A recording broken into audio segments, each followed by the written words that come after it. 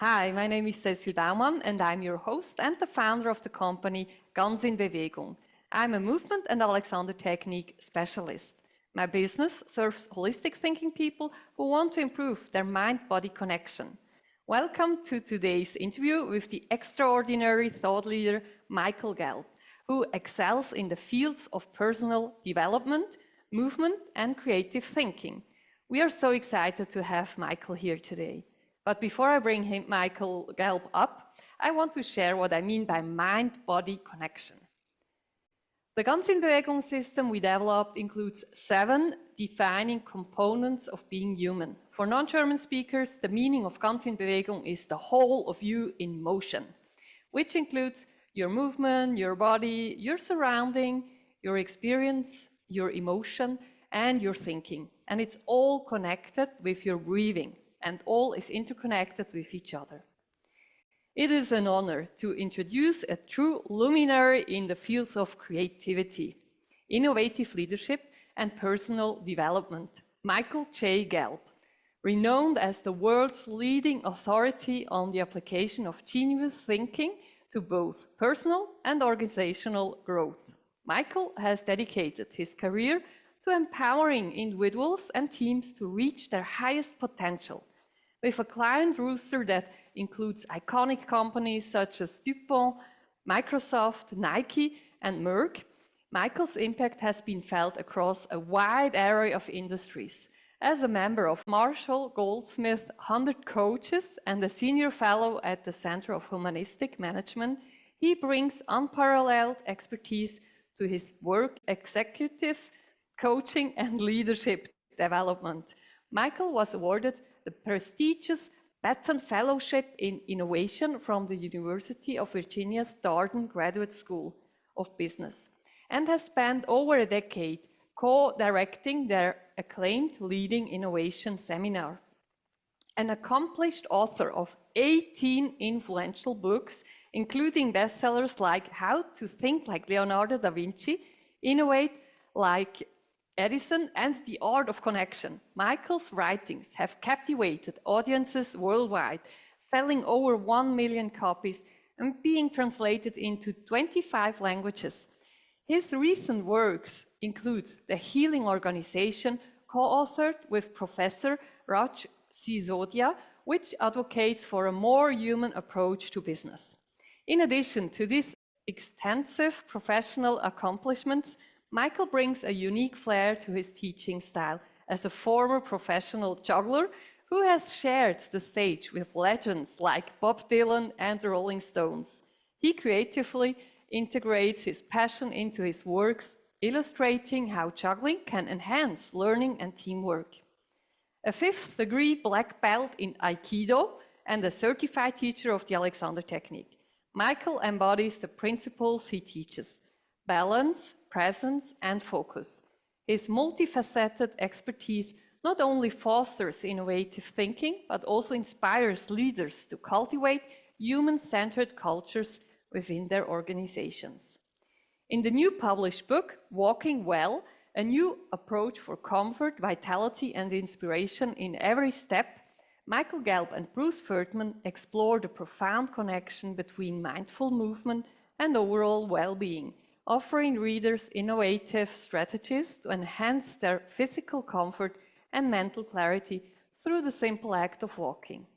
Also check out our interview with Bruce Furtman, where we've already dived deep into the book and explored his influential work in this area of movement and well-being.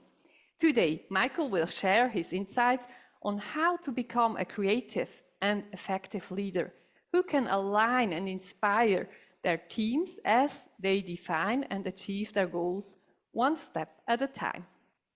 If you have any questions you'd like to ask Michael, please contact him directly. Please join me in welcoming the remarkable Michael J. Gelb. Welcome, Michael. Thank you so much for joining us today. Thank you for that beautiful introduction. Thank you for taking the time to speak with us today. Your journey has been truly inspiring. To start off, can you share a bit about your early life in Passaic, New Jersey? How did your upbringing influence your career choices?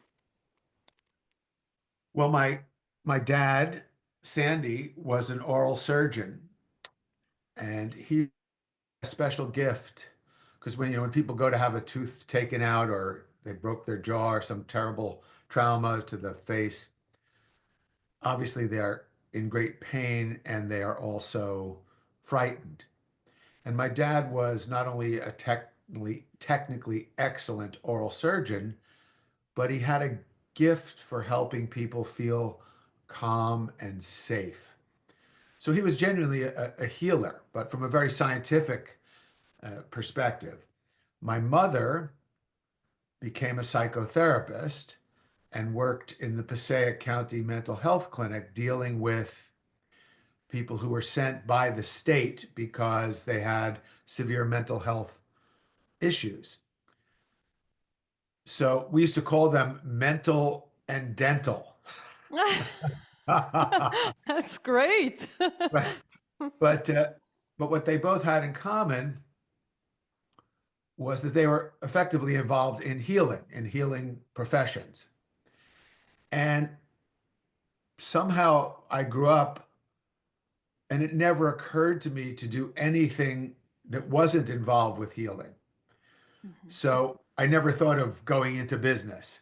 I never thought I'd be working with all those companies. It's only later that I realized, oh, we might be able to help heal the world by healing businesses, by getting business leaders to be more compassionate and conscious and so on.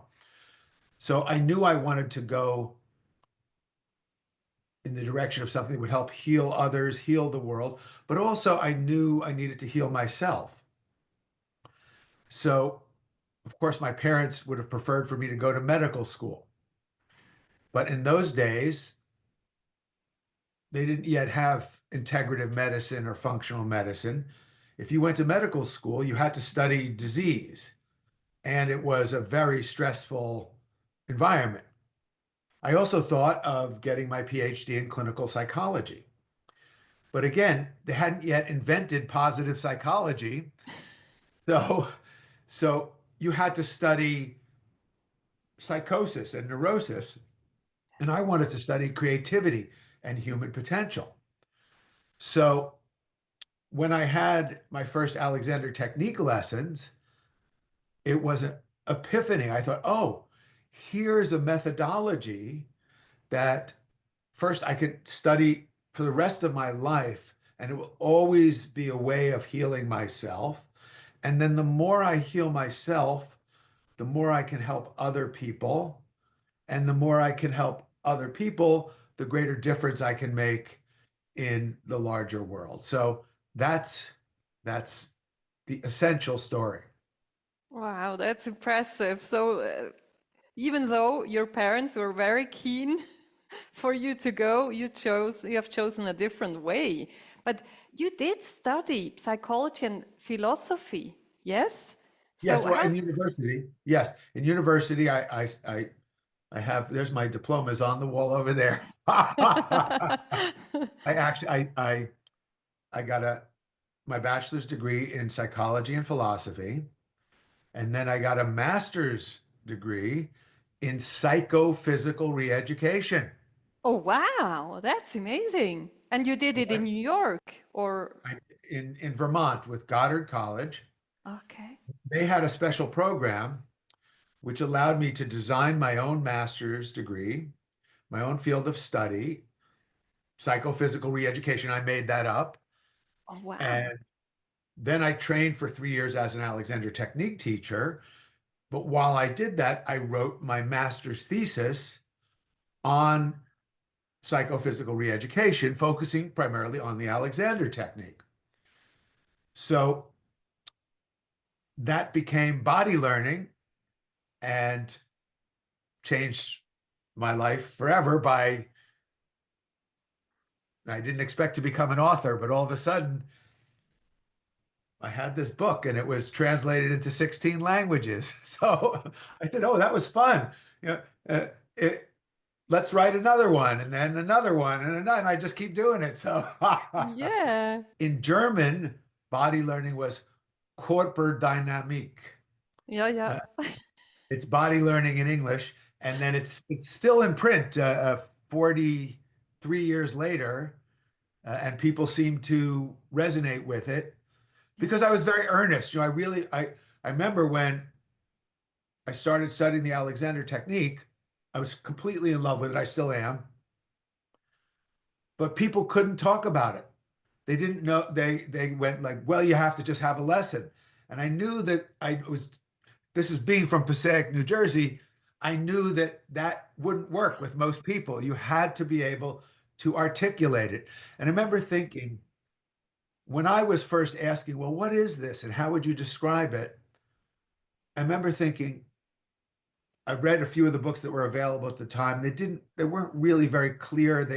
They're unnecessarily complicated. They were filled with all sorts of things that didn't really help me understand, well, yeah, okay, but how do I really apply this? What is this?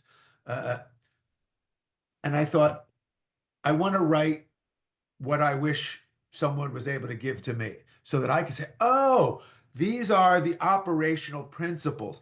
This is what you need to know to really apply this genius insight and practice of this Tasmanian Shakespearean orator to make your life more beautiful, more conscious, freer, easier right now. Wow. Yeah. Yeah. And you did a great job. I love the book. It's really Thank you. one of my Thank you. favorite. You've become known for your expertise in creativity and innovation, particularly through your books like How to Think Like Leonardo da Vinci. What drew you to study Leonardo's work, and what lessons do you think modern professionals can draw from it?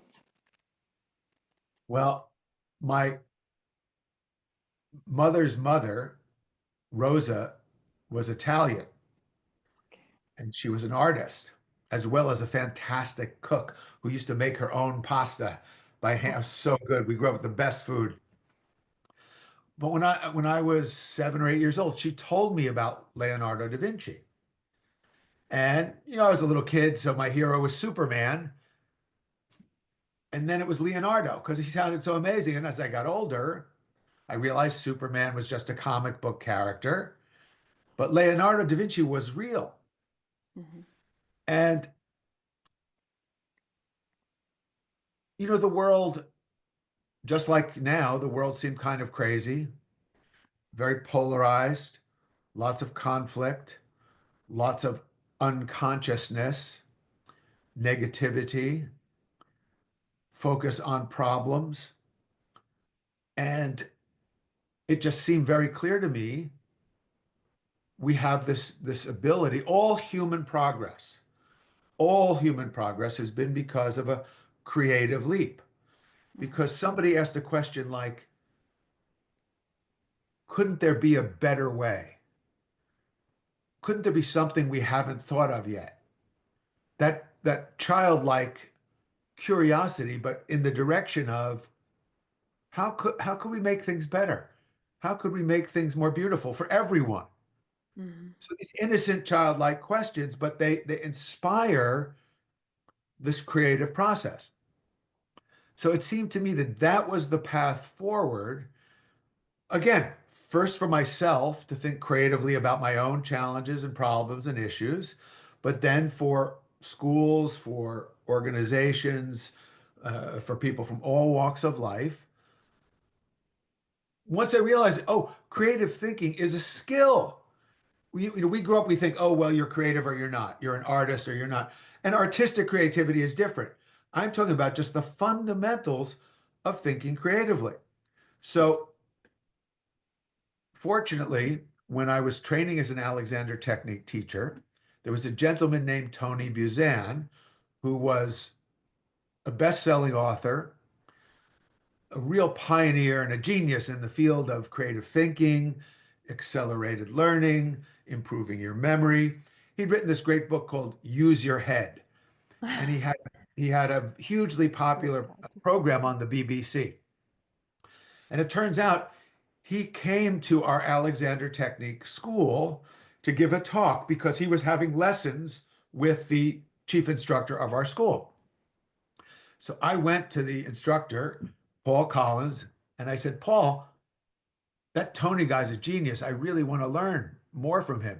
And Paul said to me, well, that's good because Tony came to me and said, who's that young American asking all those questions? I want to get to know him.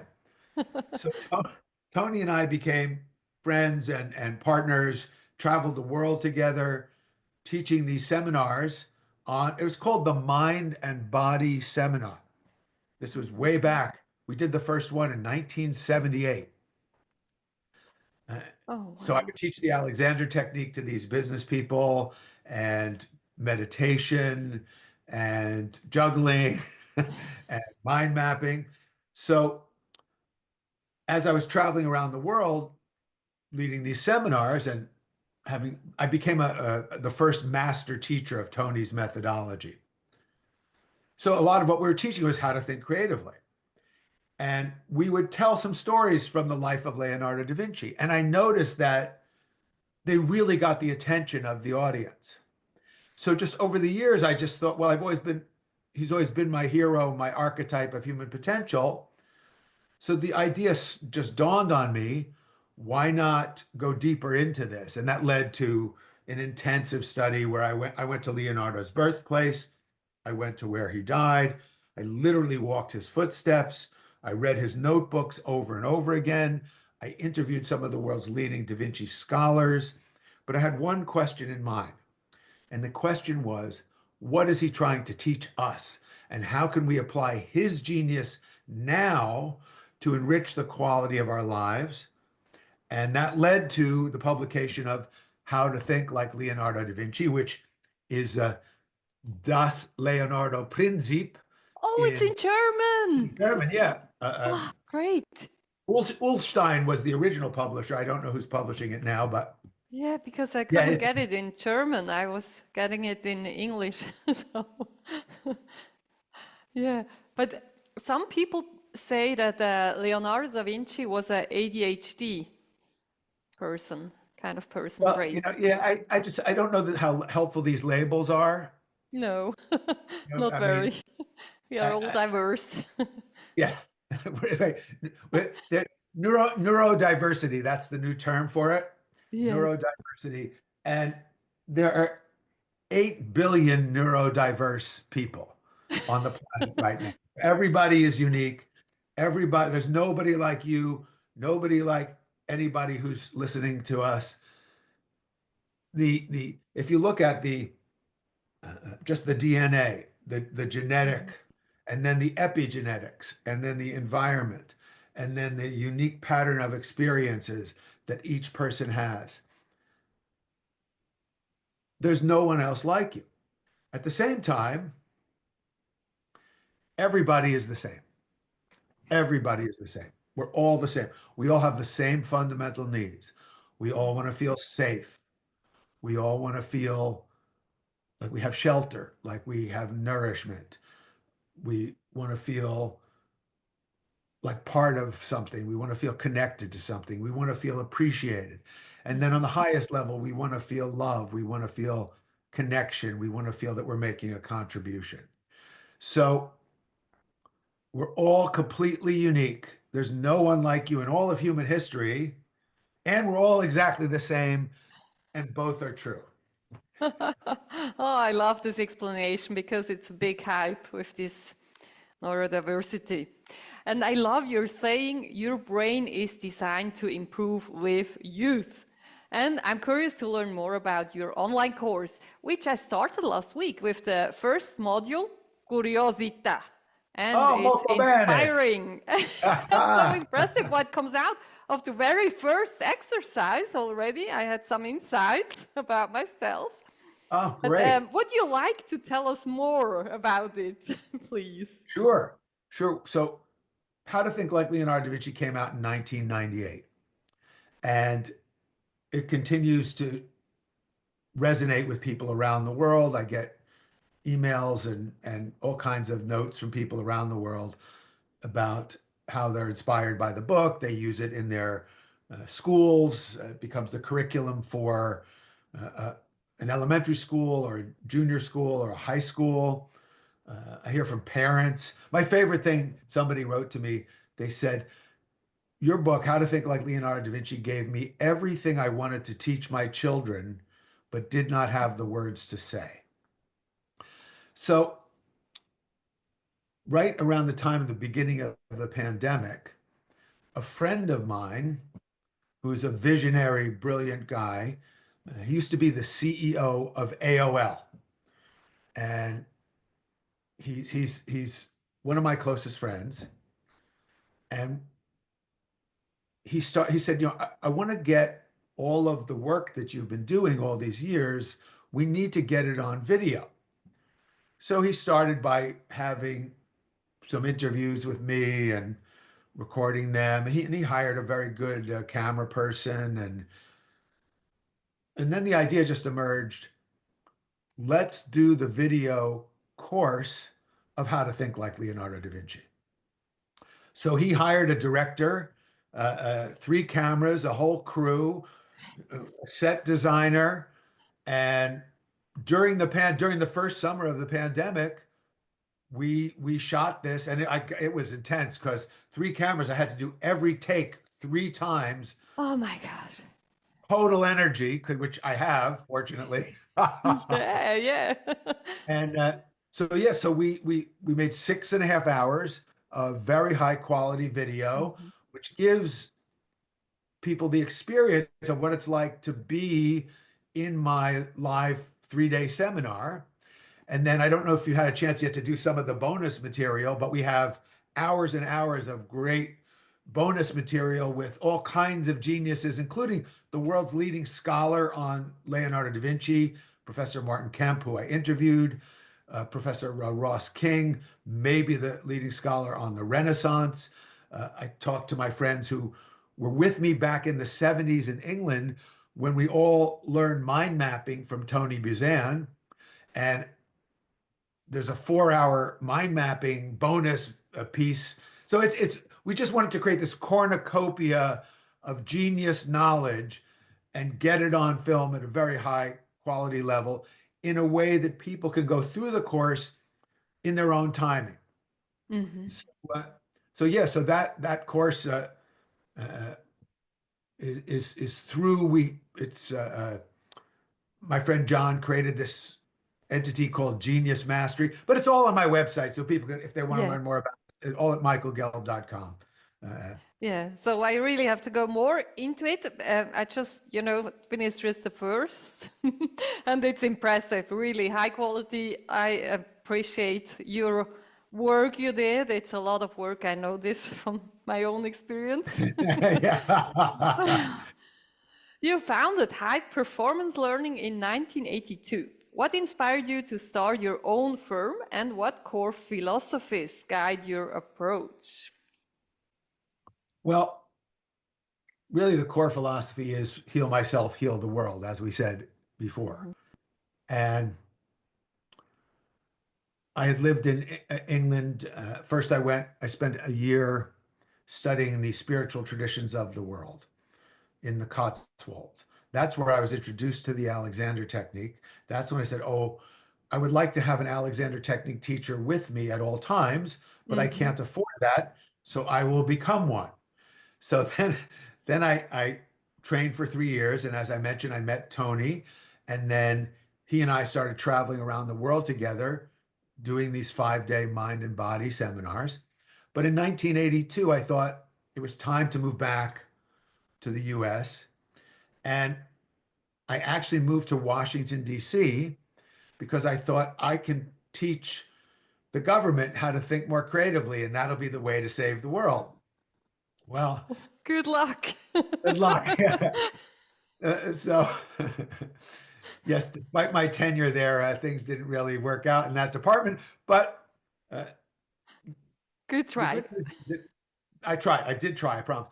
But businesses were interested, and I got a big break too. There was a seminar company who sponsored seminars all around the United States for people like Gene Houston and the founders of NLP, John Grinder and Richard Bandler, uh, uh, all kinds of really interesting leading edge personal development methodologies. And they sponsored me to do 14 3-day seminars all around the United States. And I'd get 150 people for the weekend, for a 3-day seminar, and we needed a name for it. So I remember thinking, how about high performance learning? So we put Yeah. that on, and we that's a good name. I think that's what I'll call this business. So that's really just how it got started. Wow, that's a great story, and it sounds like, I mean, you are very um, going for it. You have all the skills and you worked hard on yourself, and I think that's a key element. You always talk about healing yourself first.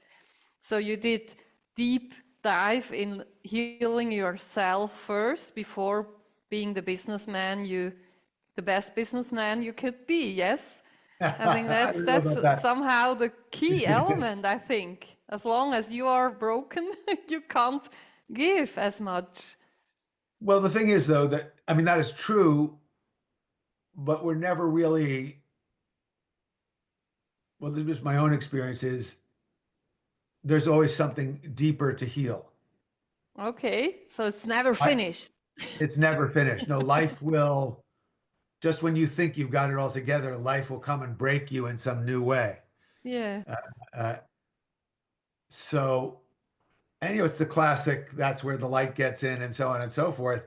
Even though when you're suffering and feeling like, I can't believe this is happening, which, we all have that kind of experience. But that's when the principles for thinking like Leonardo da Vinci and the operational principles of the Alexander technique. So what I can tell you is what I write about is what I actually really apply throughout my whole life, including right now as I deal with the challenges of my life now. Hmm. So I am so grateful for having this genius wisdom, sourced from Alexander, sourced from Leonardo da Vinci. And my other books are just about sourcing from other great geniuses or intelligences, that which I find most helpful Hmm. and which I believe my readers and my students will find most helpful. Hmm. Yeah, and I mean, also you try to heal the organizations with Raj Sisodia. So, what motivated this collaboration, and what message do you hope resonates with readers and organizations, of course? Sure. Well, as I mentioned, when I realized that government wasn't going to be receptive, Yes. but businesses were. And in the early years of my career in the US in the 80s, I was really lucky. I was engaged by visionary, humanistic, compassionate, wise leaders. And I got to learn from them. And I got to see the difference that a really good leader made to the lives, in many cases, of thousands of people. Hmm. And in the well, I can tell you exactly when it was in 1995 and 96. Raj Sisodia was a business school professor in Virginia at George Mason University. And he engaged me to come in there and teach a 3-day seminar to his executive MBA students. And I did that many times, and everybody loved it. And Raj and I became friends. So a few years later, Raj sent me the manuscript of a book he was working on called Firms of Endearment. And it was a book about companies who are put human values first. Great. And he wrote it with other business school professors. And what they had figured out was that companies who put human values first will be more financially successful than those who just try to grab for money. So I love this book and I thought this is genius. This is kind of what I intuited and what I'm trying to do informally, but he's created a metrics for it and a Yeah. real business case for it. So then a few years after that, the conscious capitalism movement began and they had their first conferences. And Raj invited me to be the master of ceremonies for a couple of those early conferences with the top CEOs who were interested in conscious business. And I was also invited to give, I think I wound up giving 5 keynotes at the global conferences of conscious capitalism. So one of those conferences was entitled the emerging role of women leaders in conscious business. Okay. So I was the master of ceremonies introducing these brilliant women business leaders who were pioneering conscious capitalism in their organizations. And then I was asked to give the closing keynote and tie it all together.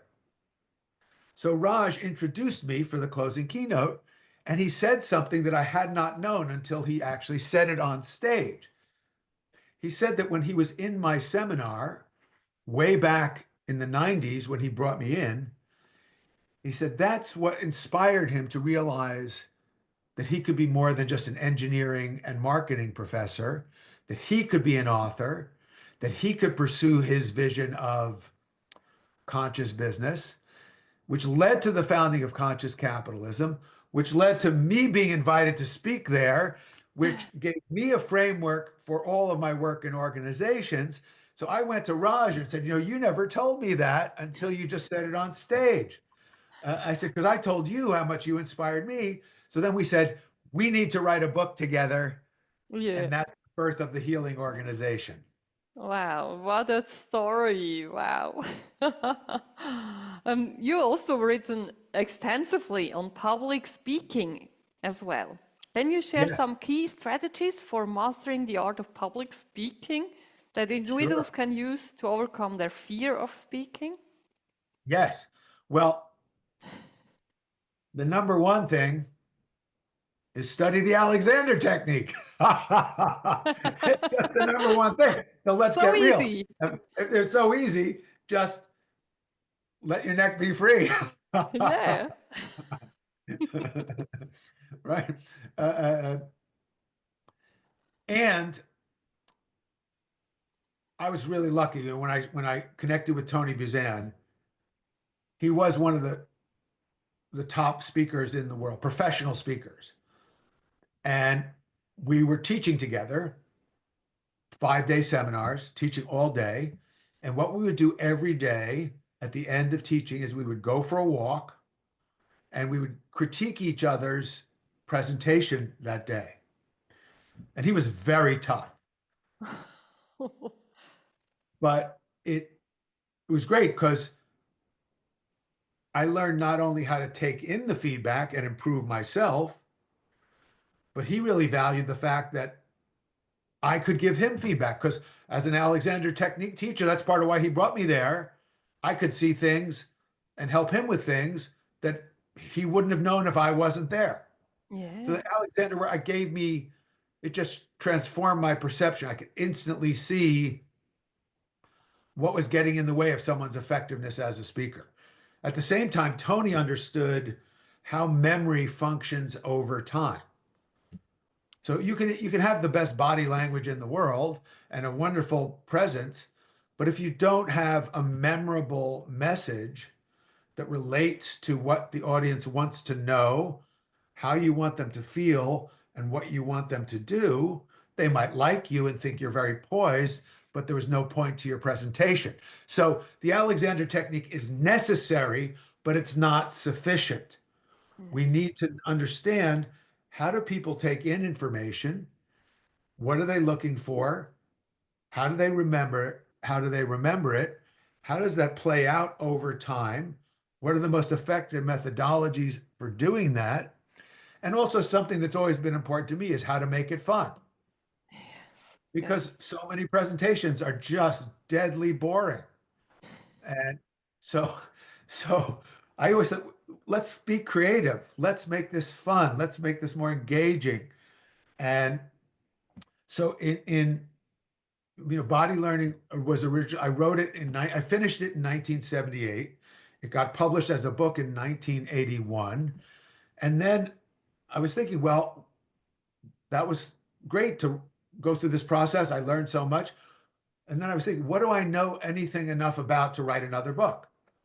But by that point, I've been a professional speaker for quite a while. And I thought, I know about speaking. So I wrote this book called Present Yourself, Captivate Your Audience with Great Presentation Skills. That came out in 1988. But then, and it stayed in print for 30 years. Wow. But in 2018, it went out of print. And I thought, great, I will bring it back, but I will apply everything I learned in the last 30 years. So in 2018, I published Mastering the Art of Public Speaking, which is the updated version. I think it was, maybe, did it come out? No, it came out 2018. I started working on it. It came out shortly thereafter. But Mastering the Art of Public Speaking integrates all the insights of the Alexander technique with Qigong, which is another big element in having a powerful presence and being able to effortlessly fill a room of thousands of people, with understanding of the psychology of memory and how to use words and language most effectively. Because so many people get up there and just parrot out cliche after cliche. So you use NLP, or is it different from NLP? NLP is, because I studied NLP in the 1980s with the originators of it, I don't even think of it as NLP. Okay, so natural. It's just, how do we get humans to be more happy and fluid and intelligent and integrated? How do we speak to them? How do we use our voice tone? How do we use our gestures to shift and connect with people's mind on not just the rational level, but their heart, and ideally even with the spirit. So I'm always looking to connect on every level and bring delight and joy and fun. And as my YPO, it's a global business organization I've spoken to for many years. They're all CEOs, and they're very busy, and they pay a lot of money to come and hear you. So they're very impatient, and they say, I want the take home value. What's the take home value? What am I going to do differently after? Well, we bring a lot of take home value,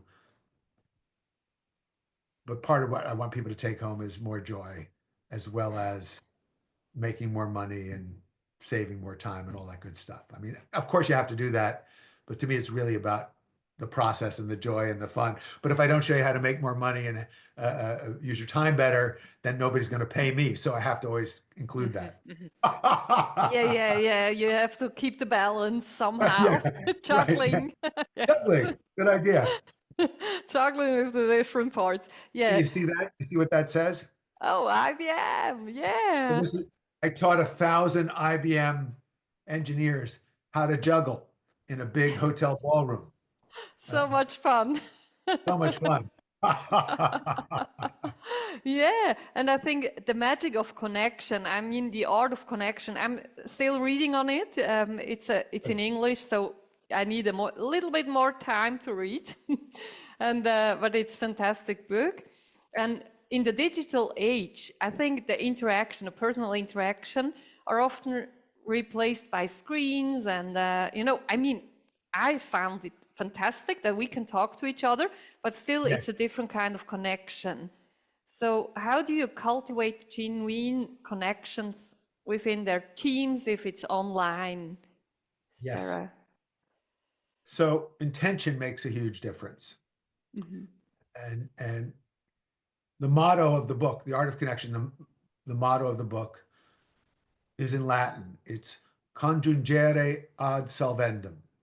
conjungere ad solvendum, which means connect before solving. So, in other words, establish rapport, be simpatico, connect with the human beings who, whether they're on Zoom or in the same room or on the telephone, even if you're texting, connect with that person's energy. And don't just say, did you send in the report? Did you do this? Say, hello. Yeah. How are you? Yes. Yes. Connect. And what I noticed, part of how I learned this, remember I told you I had all these wonderful initial clients, these leaders who I learned so much from. And one thing I noticed about them is they always connected with the human side of their people first. There was one guy, we have a professional basketball here. There's a professional basketball team in Detroit called the Detroit Pistons. And one of my clients was the president of the Detroit Pistons. So I was out in Detroit at their big facility, walking through with him. He was giving me a tour, and we went up. They have their own espresso place. And he said, "You want an espresso?" Sure. So we go over, and there's the barista there. And he doesn't just say, give us a couple of us. He genuinely connects with the barista and asked him something about his kid was playing little league baseball or something, and he asked him about that. And you could see this barista absolutely light up. Like the CEO of the whole company isn't just using me for a transaction to get his coffee and do his business. He's seeing me, Mhm. and therefore I feel valued. And then we walked down the hall, and there was a guy, a janitor, clean, and he did the same thing with so that that ability. And here's the thing is, I'm not saying do that in order to then get better results, even Mhm. though you will. I'm saying do that because it will make your life more beautiful. So I was in the I'm pointing like this because that's where this little market is. I go to this little market to get my everyday groceries. And they always ask you, are you a member of our market?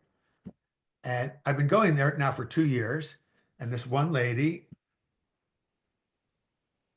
asks me every time if I'm a member. Like doesn't really remember that I was there the other day, that I've been coming for 2 years. And then she asks me my name, and she acts mystified every time I tell her my name. Oh, so I just thought, instead of feeling offended or like, why doesn't she remember me? I remember thinking, why don't I connect with her? Why don't I find out more about her? So Mhm. I just started talking to her. I said, how's your day going? I said, I guess it's around 5 o'clock. How many more hours do you have to work? She says, oh, we're off at 7 o'clock. And that made us just a nice little connection. And I happened to have some kind of fancy mushroom chocolate tea that I was going to try. So she said, well, oh, and here's what happened, right? So she checked me out. I Mhm. paid my bill with my credit card, but she had forgotten to put through the little chocolate mushroom tea thing. And one of her colleagues said, oh, you forgot that. So again, I could be like, oh, this lady, come on. But instead, she said, oh, I'm so sorry. I have to ring this up separately. So we had to go through the whole thing again. So I put in my credit card again. I get my chocolate tea. And she said to me, wow, that looks really good. Tell me what it's like after you try it. And then I just had this inspiration. I opened up the box. I gave her one. I said, why don't you try it? And next time I come back, we can compare our impressions of it. Well, she was just ecstatically happy, but not as happy as I was. by getting out of my own little bubble of, me and I got to get through and how come I'm not getting what I want?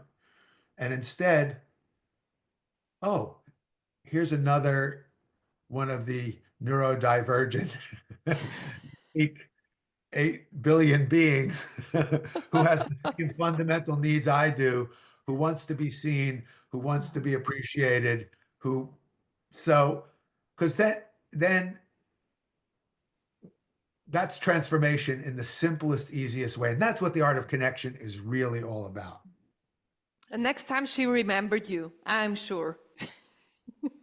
Not really.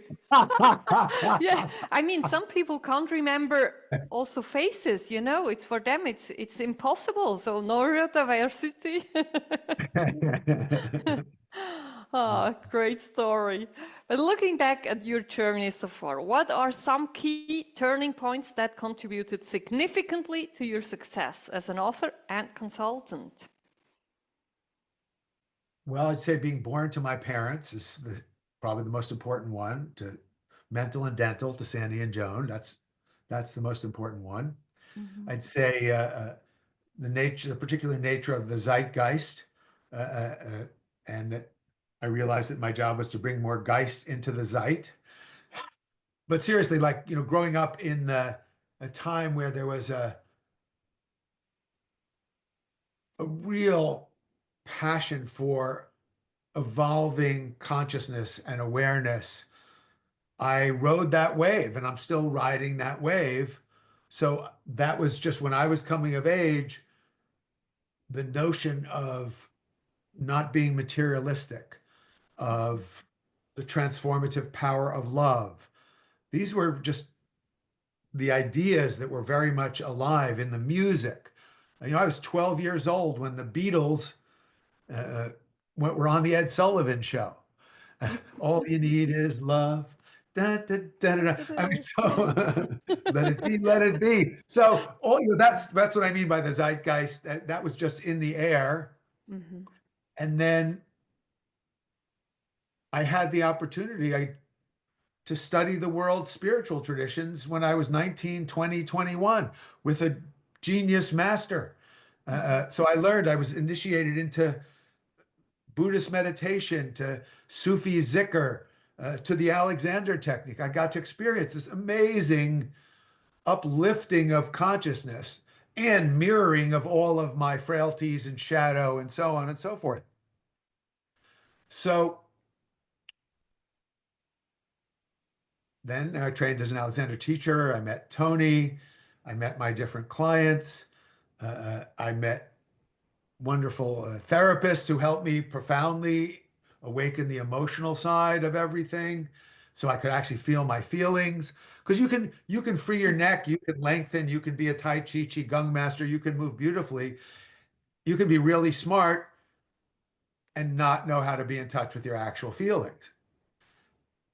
And that's a problem. So,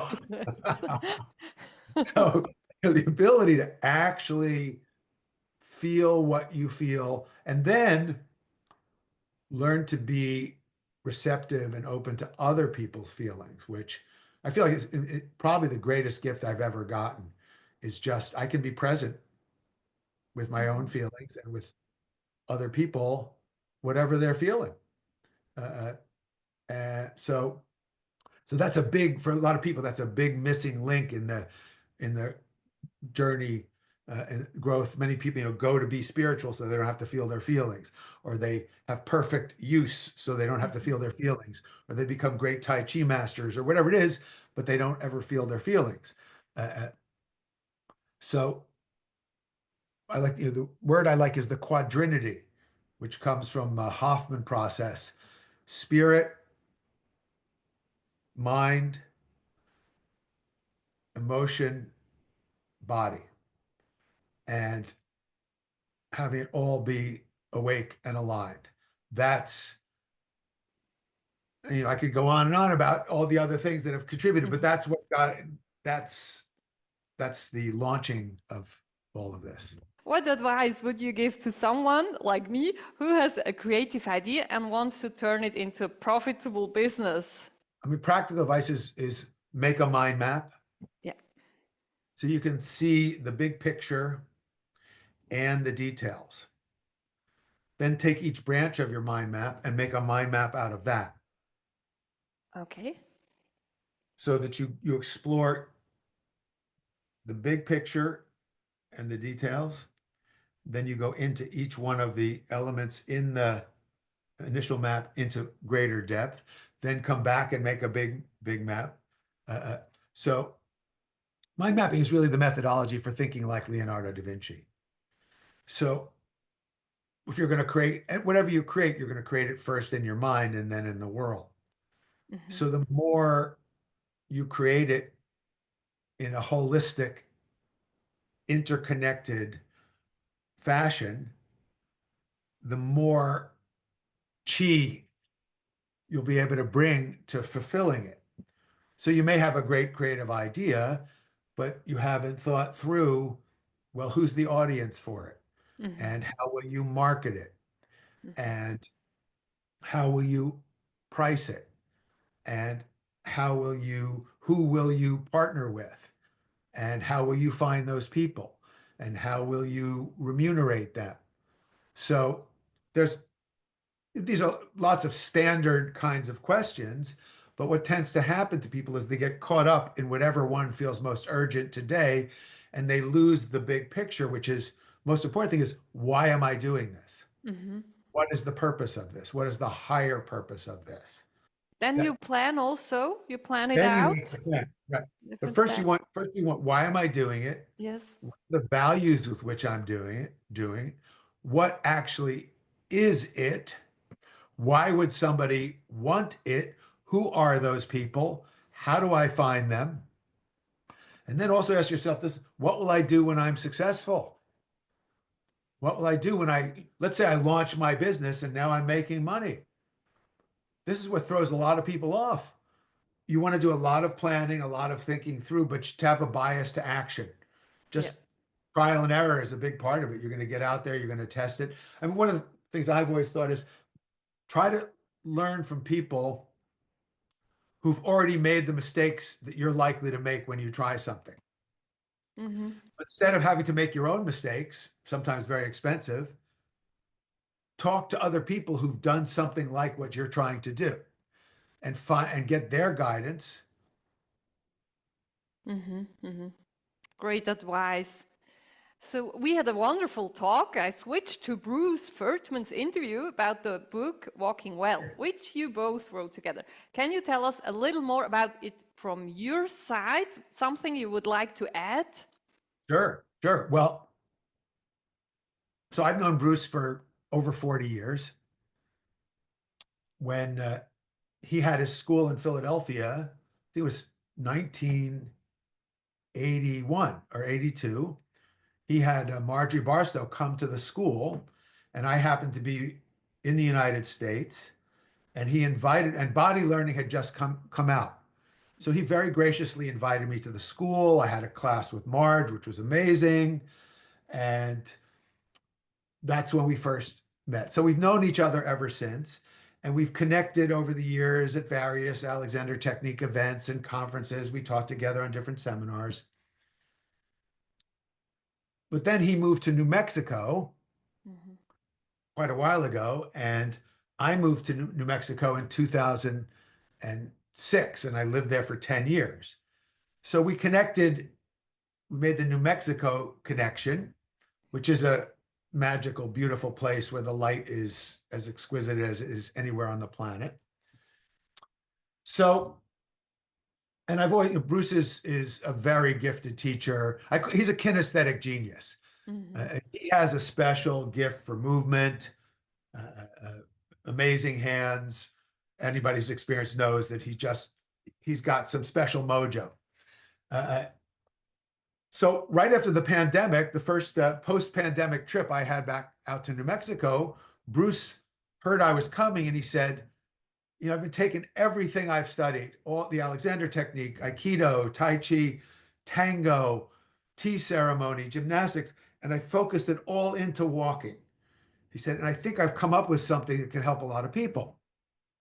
He said, and I want to show it to you. So I said, okay. And I got to tell you, I was pretty skeptical because, I'm a fifth degree black belt in Aikido. I'm a Tai Chi teacher. I wrote a book about the Alexander technique. I've been doing it for 50 years. Go ahead, teach me about walking. Show me what you got. But I was also open. I was open because I know he's a special character. Anyway, he gave me this initial walking lesson. It took about 45 minutes. And I had an absolute epiphany because it was like when I had my first Alexander lesson, and I thought, I feel so buoyant and light and free. This will change my movement forever. And when Bruce gave me this lesson, I thought, this will change my walking forever. And it has. So I thought, and I think, Bruce knows knows something about writing and publishing and whatever. So I'm sure he had a thought, maybe I could help him do something with this. But we both realized, let's do this together. Because I have been getting my clients to walk as part of the creative thinking process. And I've been teaching walking meditations. And it was just it was a real path. I felt a calling. I just felt a calling to do this, a higher calling. I knew we could help a lot of people. And, we had this super intense process of creative conflict. Because Bruce is a very intense guy and he's got his ideas, and I'm not just a little, Yeah. So but it was always really respectful. And in the beginning, we just took a vow together that is, what we'll put on the page is what we think will help the reader the most. Not about him being right or me being right, but about what will help the reader the most. And as I felt this will help Alexander teachers around the world, because I love the Alexander technique and I want Alexander people to be able to thrive in their businesses. And part of my idea of this is, and Bruce loves this too, is we want to certify Alexander technique teachers around the world to teach this walking well methodology, so that just like those who've studied, the art of breathing with our Jessica friend Wolf? Jessica, yeah, or the art of swimming with Stephen Shaw. So you got certified in that, and now you could teach swimming to your clients. You could teach breathing that you learned from Jessica.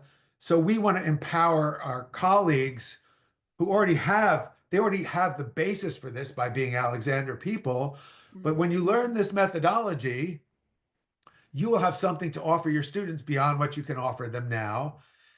And it's really simple and easy. You don't even have to put hands on them to change the way they walk. But if you do, then you add value at a whole other level. So really, I thought this will help empower the Alexander world, help people have more successful Alexander practices, and that's walking well. Wonderful. My last question. What are the 3 most important insights you would like to pass on to our listeners?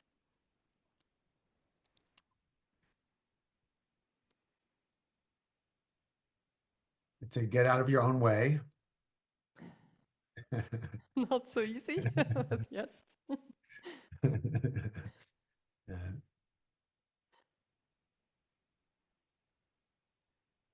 You're more creative than you may have ever imagined. Your brain is better than you think, and it is designed to improve with use. So learn how to use it.